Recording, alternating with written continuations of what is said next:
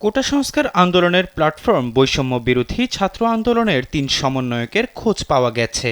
তারা হলেন সমন্বয়ক আসিফ মাহমুদ, সমন্বয়ক আবু বাকের মজুমদার ও সহ সমন্বয়ক রিফাত রশিদ। বুধবার দুপুরের পর থেকে তারা সামাজিক যোগাযোগ মাধ্যম ফেসবুকে স্ট্যাটাস দিয়ে নিজেদের খবর জানান। এর আগে আন্দোলনকারীদের পক্ষ থেকে অভিযোগ করা হয় আন্দোলনের ৩ সমন্বয়ককে খুঁজে পাওয়া যাচ্ছে না। পরে তাদের সন্ধান চেয়ে সংবাদ সম্মেলন করেন অন্য সমন্বয়করা। এর আগে আন্দোলনের অন্যতম সমন্বয়ক নাহিদ ইসলামকে শুক্রবার মধ্যরাতে ডিবি পুলিশ আটক করে নিয়ে গেছে বলে অভিযোগ করে তার পরিবার। এ বিষয়ে নাহিদের ছোট ভাই নাফিজ ইসলাম জানান, শুক্রবার রাত ২:৩০টার দিকে খিলগাঁওয়ের নন্দীপাড়া থেকে তার ভাইকে আটক করে ডিবি।